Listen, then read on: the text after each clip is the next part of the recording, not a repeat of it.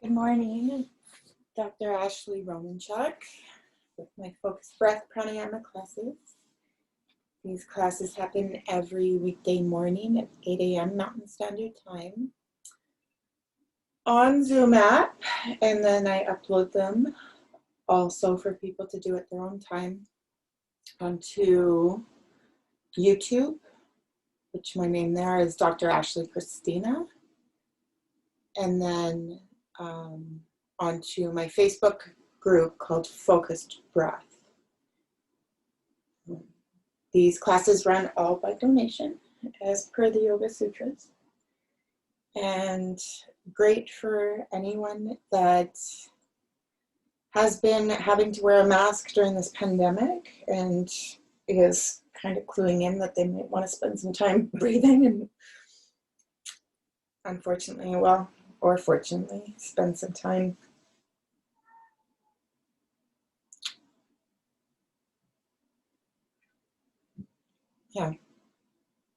oxygenating their body after wearing a mask. And this is also great for anybody that's actually really into some pretty real yoga. We're taught a little bit of yoga here in the West.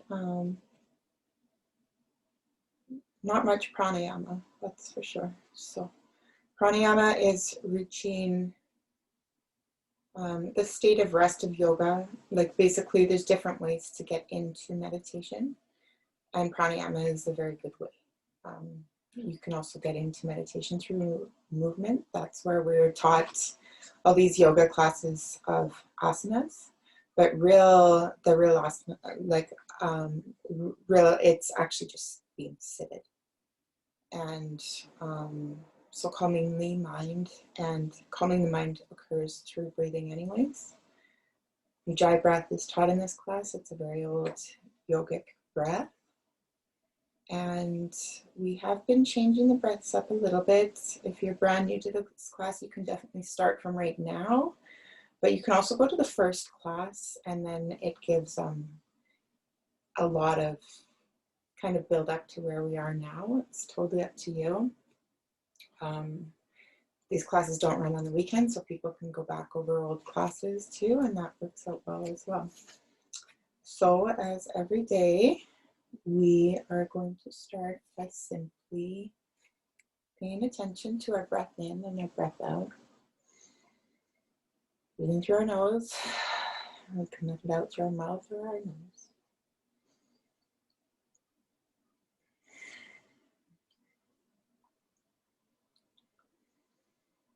Breathing in through the nose and out.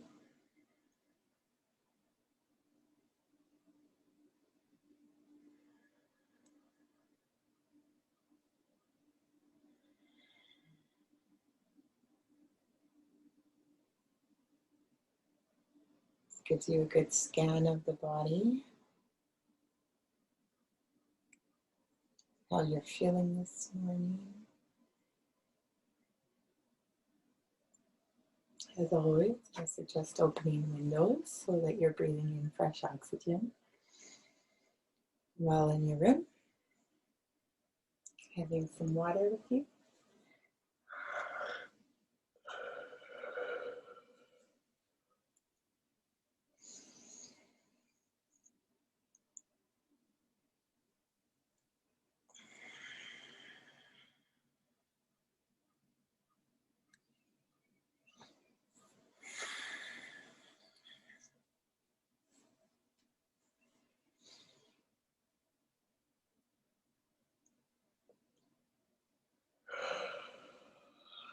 Breathing in through the nose and out.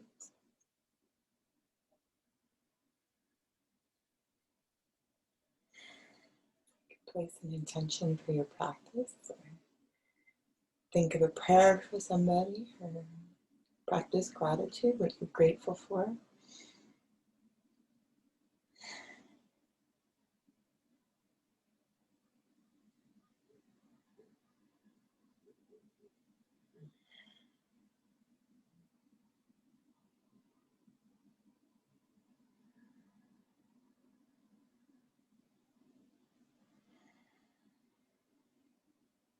each class I switch things up based on kind of how I'm feeling with it. So this class, we're going to go straight into this breath that really oxygenates the blood. So we're going to breathe in through our mouth and out. Like that. Very simple. We don't control the breath out. Just let the diaphragm recoil into its natural way. So this strengthens the recoil of the diaphragm. So breathing in through the mouth and out. Very simple. Get acquainted with how the breath feels moving through the mouth and then the back of the throat.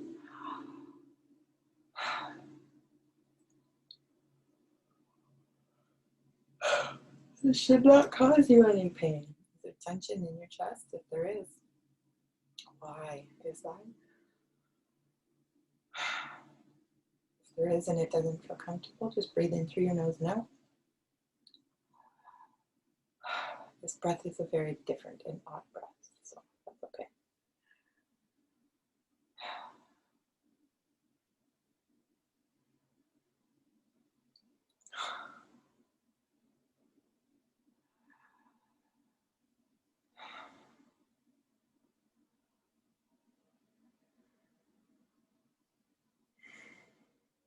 Each breath is a prayer.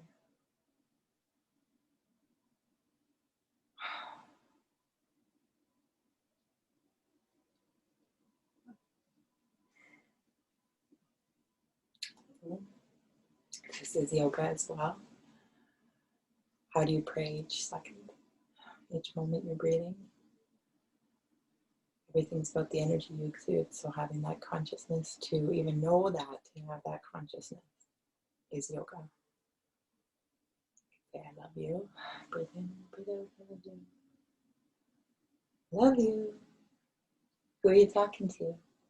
Doesn't matter, does it? It's love. Breathe out.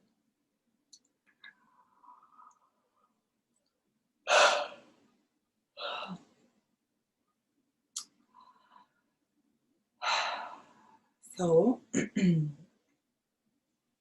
point of this course, the point of learning pranayama is you learn the different breaths and you learn to attune to you. So when I'm breathing like this and you've learned other breaths and you've got, for instance, some heat in your body and immediately you're breathing this breath and you want to go because you have heat to breathe out of your body, you do that. Okay, that's what pranayama is. That's what real yoga is. Started to talk about this. So you can follow me and follow the class, which works with me. Or you can take the breath techniques that I'm teaching you and switch it up for when you need it, and then come back to the class. That's real yoga. Definitely. Oh, what I want to teach in this class is you do you. You follow you. If you need to go to sleep, if you need to lie down, if you need to breathe a different breath, if you need to go and eat food because you're hungry, whatever, you follow that. And that's the way it should be taken into the real life too.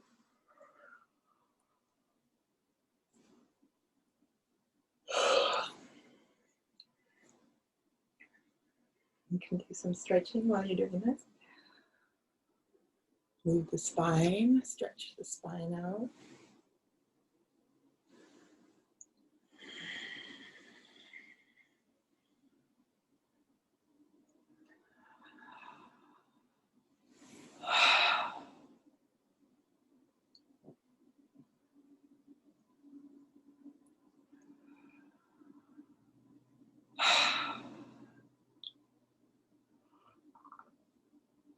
This is a very different breath. People start, well, so my grandmother started one of the first nursing homes in Canada, so I've been around, well, just a few springs ago, my Auntie Emma, my great Auntie Emma, she passed naturally. I think she was 98 years old when she passed. And they do this breath. This is how they start breathing. So about 10 days it takes to everybody's, I'm sure, different, but body will start preparing.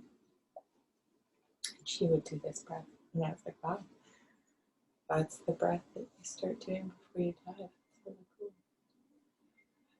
So,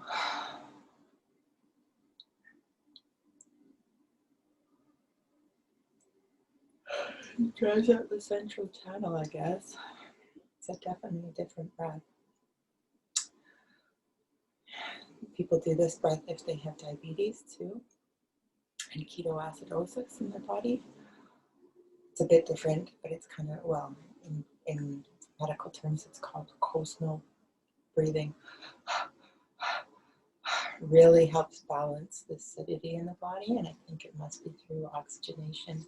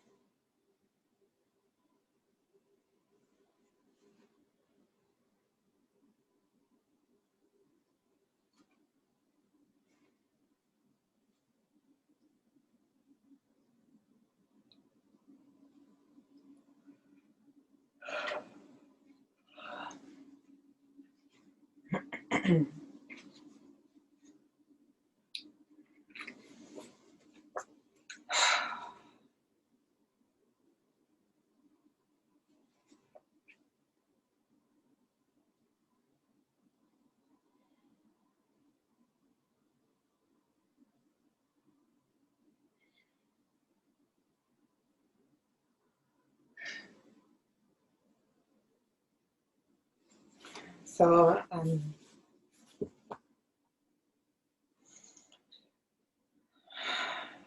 breathing. I'd like to share with what I've learned.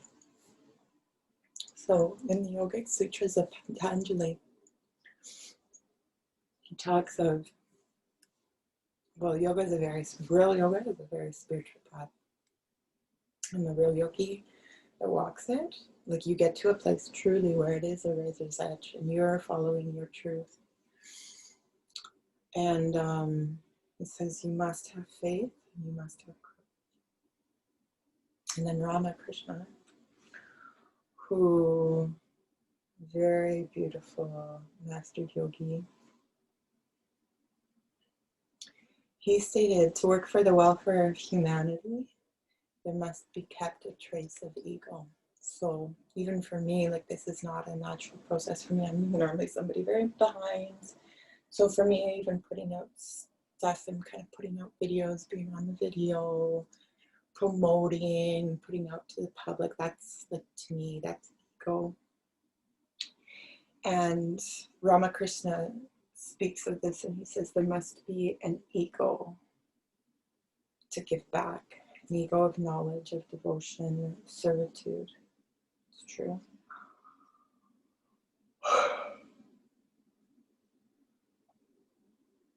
And it's a ripe ego, as Ramakrishna says. It's not the same as an inner ego of somebody that still has a lot of work to do, which he calls the bound soul. This is an ego that comes from liberation, that comes from, okay, I shine and I'll shine forth and give back, you know. Ramakrishna was one of the big yogis, Jivanmuktas, who said that all religions are true, which is true. All religions are a form of attaining union with God. It's just that it seems like a lot of people don't get it. They're not actually getting it, because you have to really practice. And he was the one big one that was really out there. I mean, there's been lots of other ones. Ram Dass was like that.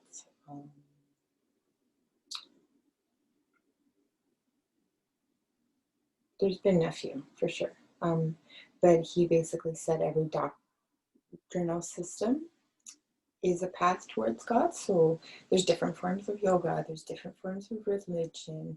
You can walk any of these, but you've got to do it. And if it's not right for you and you're not like really connecting with it, then find the one that is.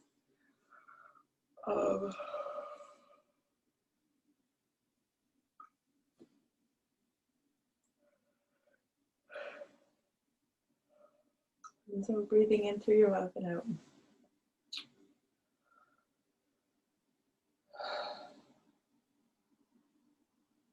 Okay, so absolute non-dualism is called Advaita. So you are above the realm of dualism. So this is already a state of consciousness, above the emotions, above this and that. He thinks, she thinks, I think, you think. Doesn't work that way. Advaita is above that. And Ramakrishna says it's the last word in spiritual experience. And it's something to be felt in samadhi, which happens in meditation. And it transcends mind and speech. So when you work with an advanced yogi or guru, you communicate completely beyond the realm of speech. It's like you absorb each other's knowledge.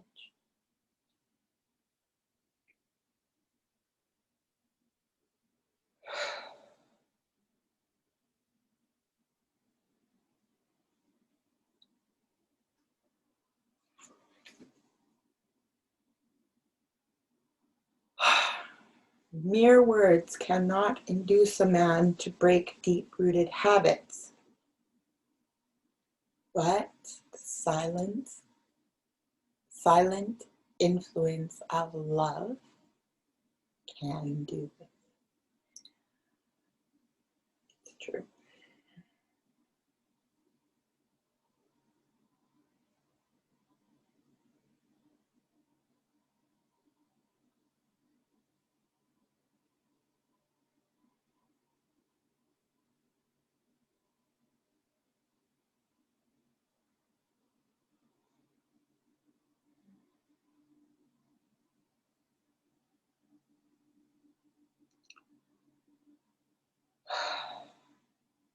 In the state of Brahman, the ultimate state, is a place that you can be with practice.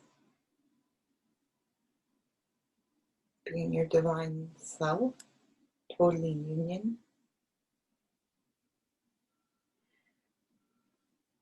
There is an eternal time.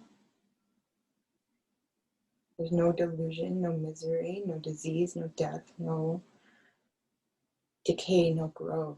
It's eternity. It is a state.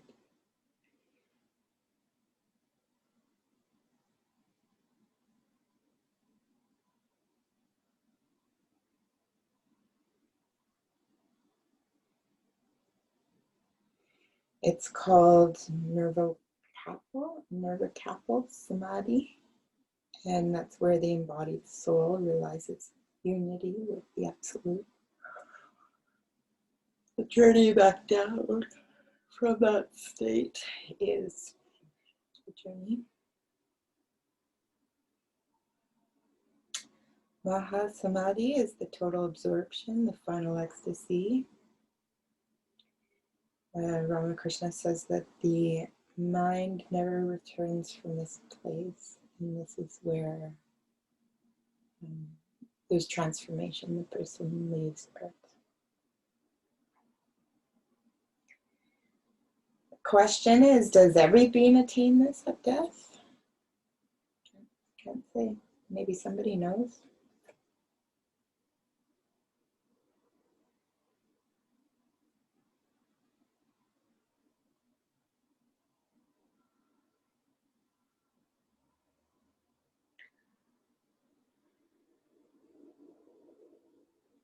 Ramakrishna says to repeat God's name and sing.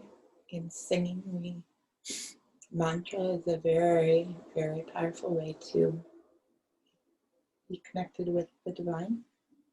It says, keep holy company. I went over this yesterday about how important it is of who you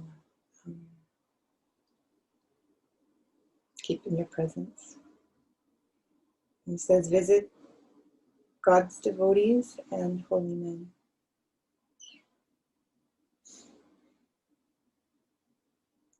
Oh, and then every day, spend some time with you before you even leave your bedroom in the morning or leave your house.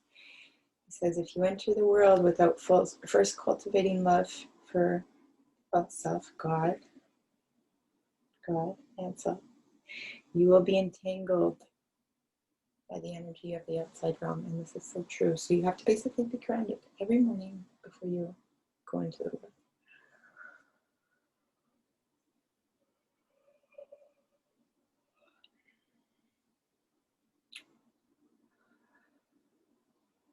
Breathe in any through your mouth and out.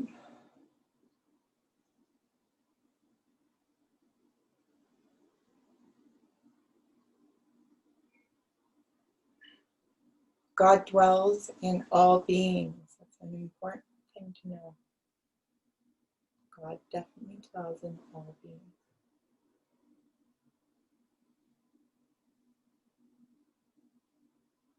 Once one has truly developed the quality of sattva, which is peacefulness, compassion, love, serenity, it is impossible to be angry at anyone. But Ramakrishna says, you must hiss like a snake at wicked people. You must set your boundaries. This is true for sure.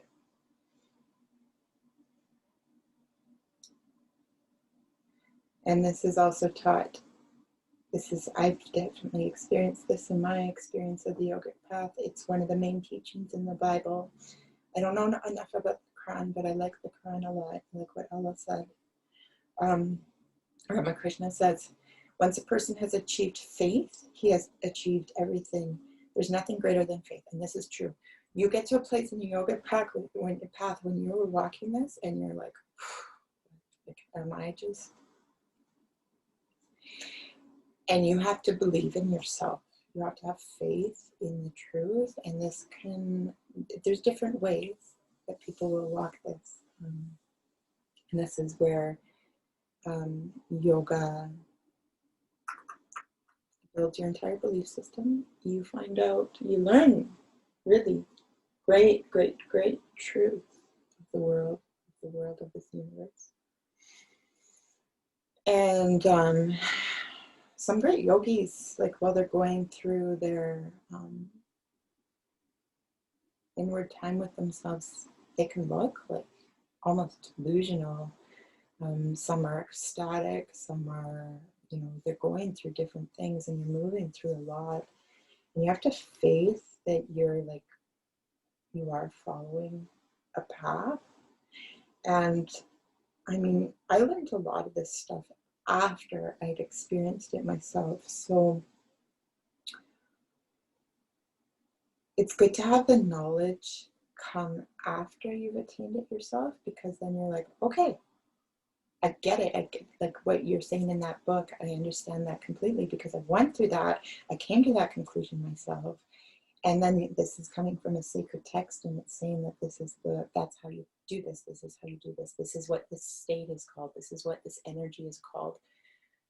And you're like, okay, that's so cool. That's all yoga. Okay. There is nothing achieved in spiritual life without yearning. And this is yearning for truth, divinity, love, a state of home that's beyond. You really feel at home. And it's all about conquering the senses.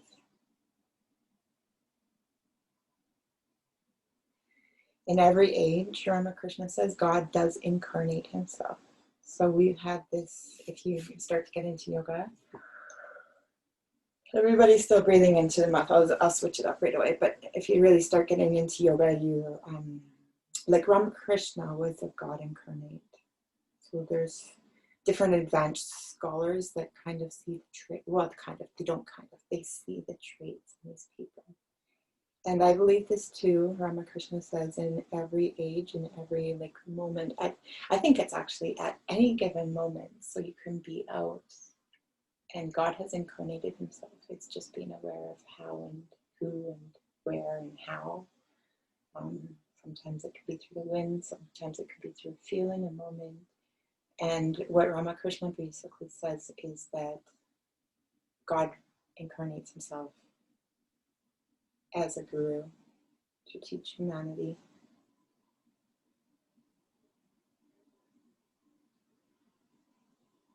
He also says compassion, the love of God, and renunciation from greed and daily activities that aren't for your highest truth. Certain foods, certain ways of being, which have been taught by society that are not your truth. And he says these are the ways and glories to true knowledge.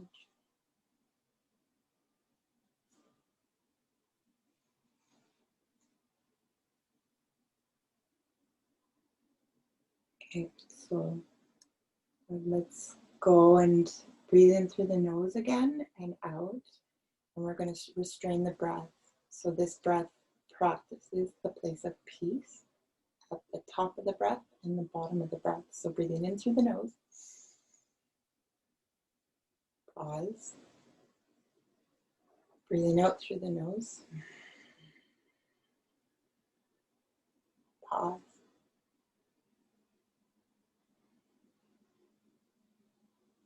So we breathe in through the nose for a count of 4 and we pause at the top. Our tongue is always up against the roof of our mouth. Find our front teeth. And we breathe out through the nose for a count of 4 and we pause. And it's at the top of the breath and the bottom of the breath where we sit, okay? And we put our attention to. There is a lot of peace in this place, stillness, serenity. This is sattva. Calm. Without.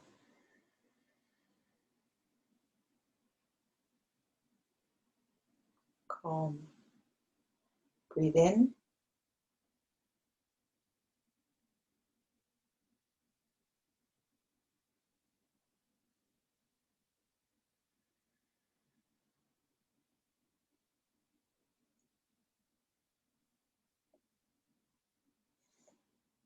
So this breath oxygenates, it aligns your central channel. It starts to teach you the restraining of the breath. And the real big point of this is we are practicing the quality of sattva at the place of the top of the breath and the bottom of the breath.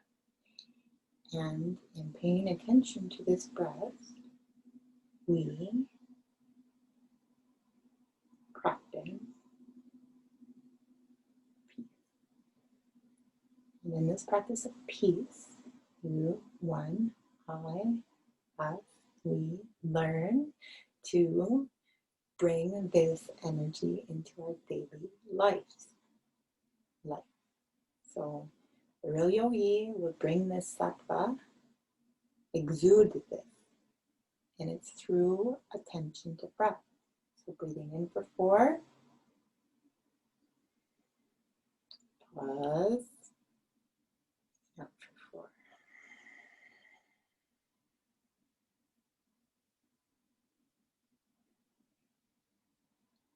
4. And this place is truly found at the top of the breath and the bottom of the breath, and it becomes an essential part of yogic path.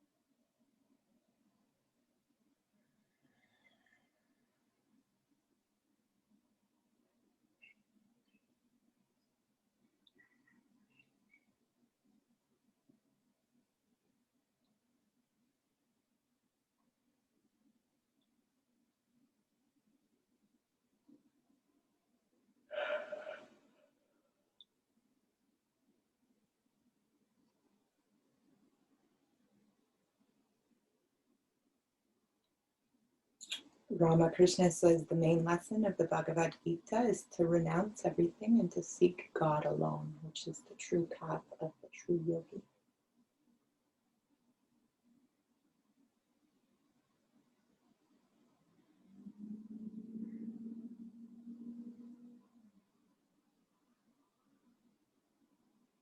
I, the concept of I, and mine constitute ignorance. Ramakrishna says, so I'm speaking and you're all just breathing and practicing sattva, that place of peace. So breathe in for 4. Pause. Breathe out for 4.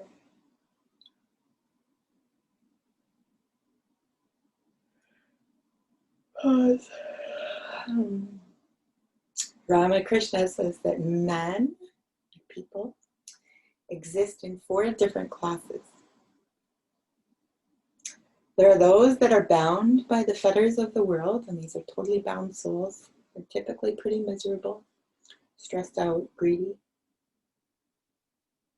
have a lot to learn.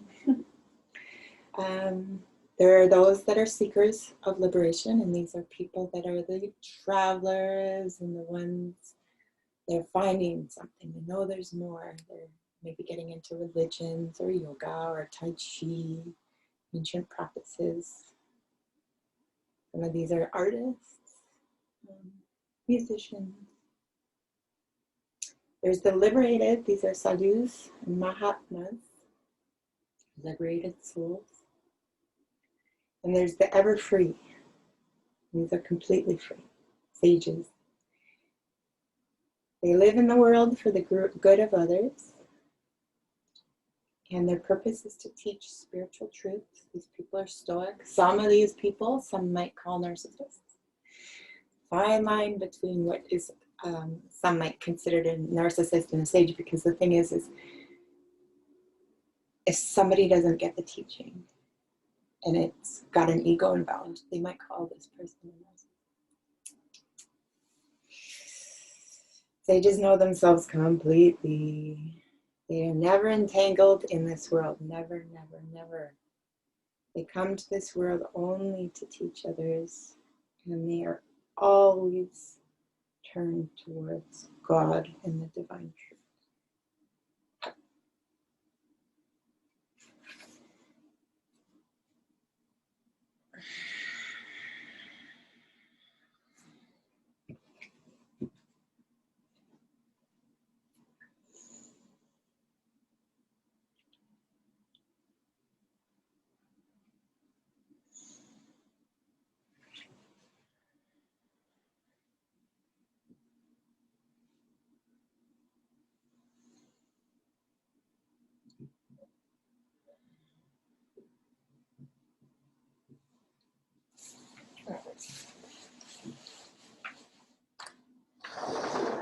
Hello.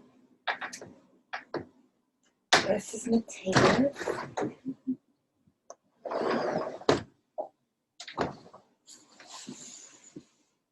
Okay, so let's go into 5, 7, 8 breathing. This one retrains the lungs and the heart, especially the heart. So 5, 7, 8, I keep calling it that. It's 4, 7, 8 breathing. So we're going to breathe in through our nose for 4. We're going to restrain our breath for a count of 7. And we're going to breathe out for a count of 8. This breath takes a lot of work. It takes a lot of time. If you can barely do it, keep trying. It does totally retrain the, especially the cardiovascular system. So very good for anybody that has, some people don't know that they have like a weaker area of their heart until it's a bit late. And anybody that has anxiety, arrhythmias, any angina, ever, any form of heart pain. And even anybody that's had grief, because grief really sits on the lungs and the heart. Can you please go ahead? And so breathing in for 4, we pause at the top of the breath for 7, and we breathe out for 8. And I always find talking into the camera really because I look into the camera as if like the camera's looking back at me, but then sometimes I look at myself and it's like, where are we supposed to look in this day and age? We always have these cameras with a mirrored image of ourselves back at us. Funny world. So breathe in for 4.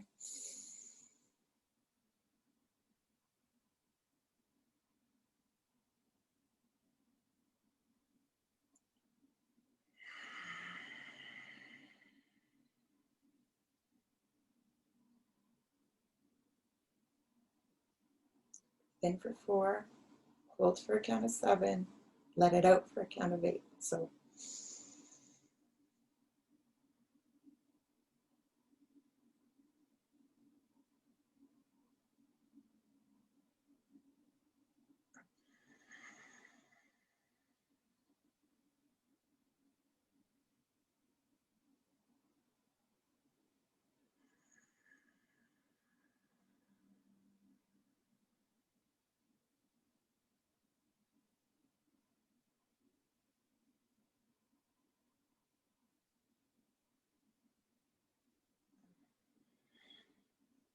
go on.